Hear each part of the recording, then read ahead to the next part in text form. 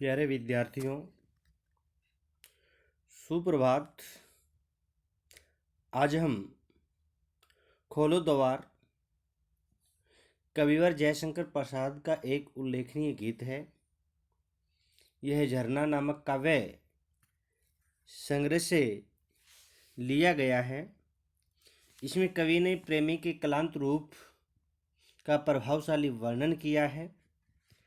प्रेमी परिया के द्वार पर थककर आ पहुंचा है। रात का आखिरी पहर है।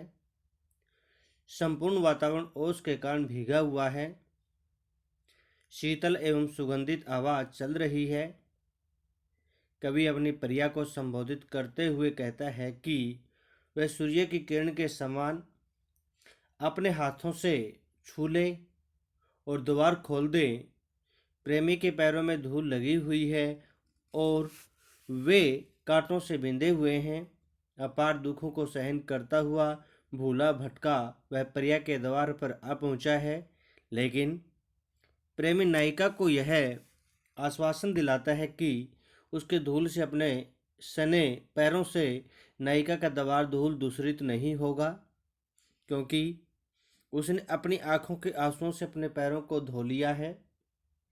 अंत में कवि प्रिया से कहता है कि धूली से सने हुए मेरे पैरों से इतनी घृणा न करो। प्रेमी स्वीकार करता है कि उसके पैरों के धूलकणों के लिए उसके पास अवकाश नहीं है।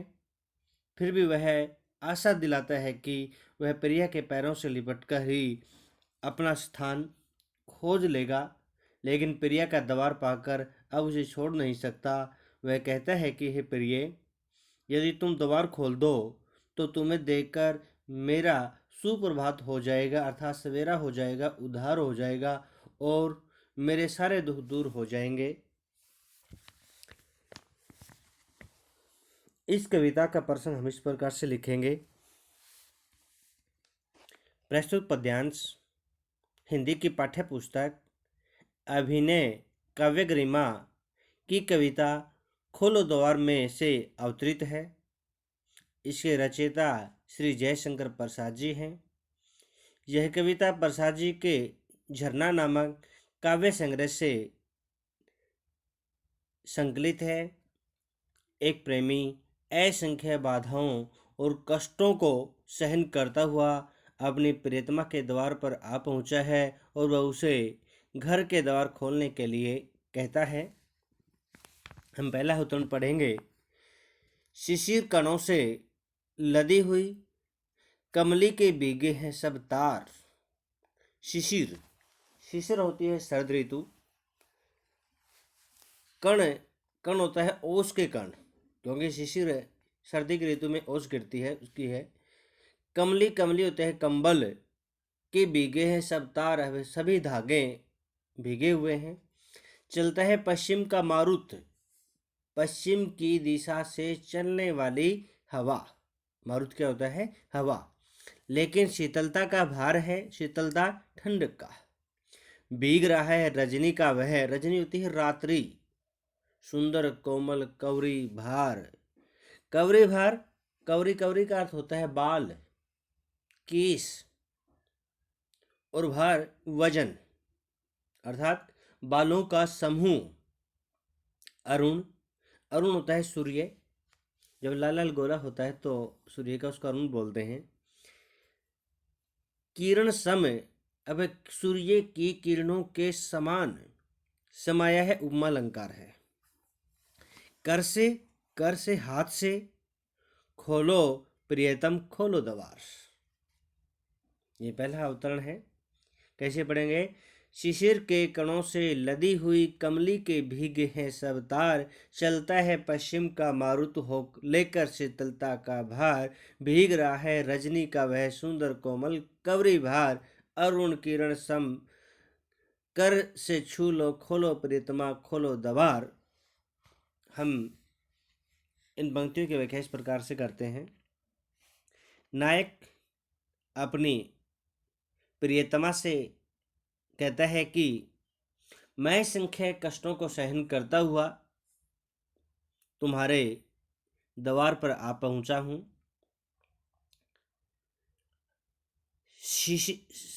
शीत ऋतु की ओसी बूंदों से मेरी कमली के तार तार तार तार तार भीगे हुए हैं। पश्चिम दिशा में ठंडी ठंडी हवा चल रही है,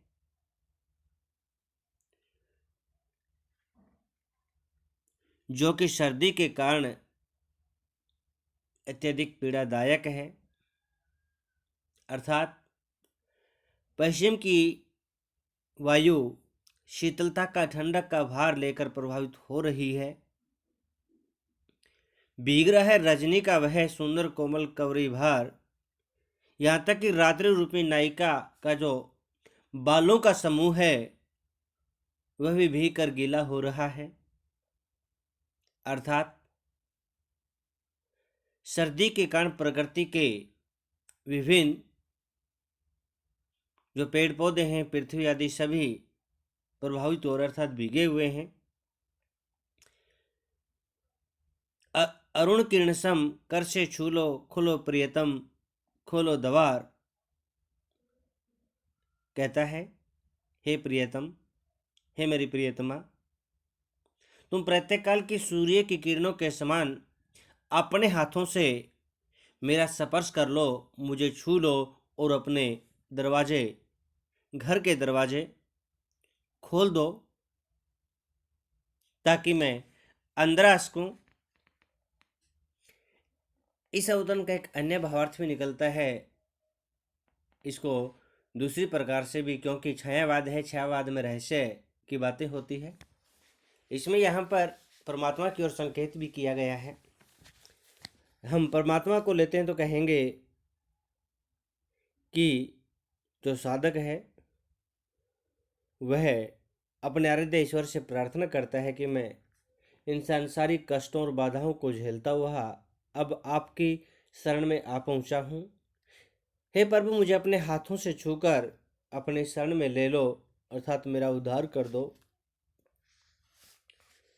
धूल लगी है पद कांटों से बिंदा है दुख अपार।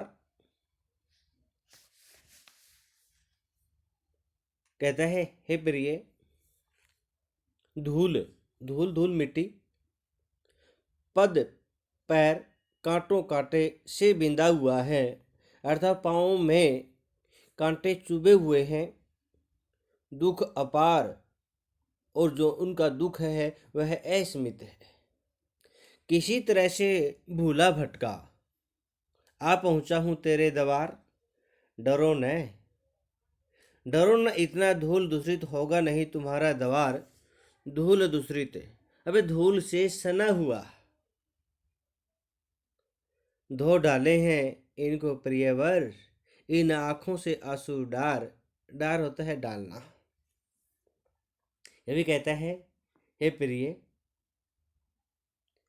दूर से पैदल चल आने के कारण, अब चलकर आने के कारण मेरे पैरों में धूल लगी हुई है और दोनों पैर कांटों से बेंधे हुए हैं। अर्थात मैं सांसारिक जीवन के अत्यधिक दुखों को सहन करता हुआ चला आ रहा हूं। किसी तरह से भूला भटका आप पहुंचा हूं तेरे द्वार, लेकिन फिर भी मैं किसी न किसी तरह से भूला भटका हुआ तुम्हारे दरवाजे पर आ पहुंचा हूं। हे प्रभु, डरो न इतना, धूल दूषित होगा नहीं तुम्हारा द्वार। कहते हैं, आप मेरे धूल दूषित अर्थात धूल से सने हुए पैरों से इतना मत डरो, क्योंकि मेरे पैर धूल से सने हुए हैं, परंतु तुम्हारा जो द्वार है वह इन पैरों से गंदा नहीं होगा, क्योंकि धो डाले हैं इनको प्रियवर। कहते हैं, हे प्रियतमा, अर्थात है मेरे प्रभु, मैंने धूल से भरे हुए पाँवों को अपने आंसुओं के जल से धो डाला है, अर्थात अपने आंसुओं के जल से इन पाँवों को धो रखा है। कहते आप मुझे स्वीकार करो मुझे अपने आश्रय में, अपने शरण में मुझे ले लो। मेरे धूल लगे पैरों से करो न इतना घृणा, इतना घृणा प्रकाश। यहाँ पर घृणा नफरत होती है, प्रकाश प्रभु का प्रकाश। मेरे ऐसे धूल कणों से कब तेरे पद को अवकाश। पद पैर, अवकाश अर्थात मेरे पाँव की ओर ध्यान देने के लिए समय। पैरों से ही लिपटा लिपटा कर लूँगा निज पद निर्धार। निर्धार होता है निश्चित, अर्थात मैं तुम्हारे पाँव से लिपट लिपट कर अपने तुम्हारे पाँव में अपनी जगह बना लूँगा, निश्चित कर लूँगा। अब तो छोड़ नहीं सकता हूँ, पाकर प्राप्त करके तुम्हारा द्वार द्वार दरवाजा। सुप्रभात मेरा भी होवे, सुप्रभात सुंदर सवेरा। इत रजनी का दुख अपार, रात्रि का मिट जावे जो तुमको देखूं, खोलो प्रियतम खोलो द्वार। इन पंक्तियों में, इस अवतरण में कवि अपने आराध्य देव से कहता है, हे प्रभु आप मेरे धूल से सने पैरों से इतनी अधिक घृणा न करो। मैं इस बात को जानता हूँ कि मुझे जैसे धूल में लिपटे हुए लोगों के लिए आपके पास कोई समय नहीं है,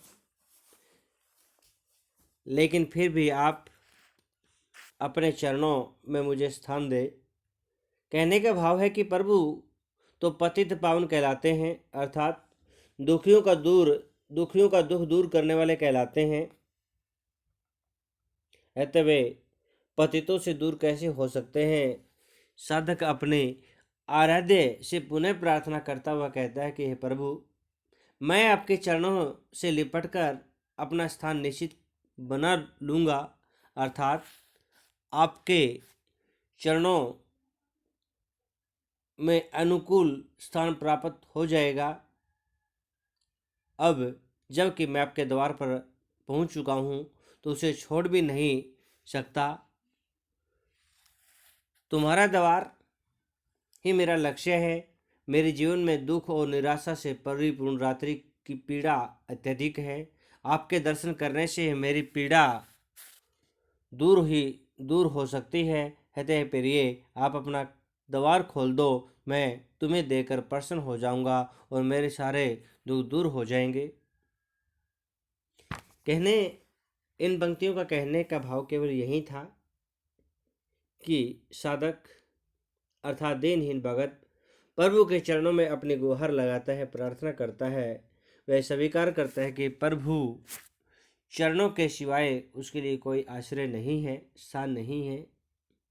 भाषा संस्कृत ने हिंदी की भाषा का प्रयोग किया। प्रसाद गुण है, लाक्षणिक शब्दावली है और प्रतीक पदावली है। कहीं कहीं पुनरुक्ति प्रकाश अलंकार है, कहीं कहीं उपमा अलंकार है,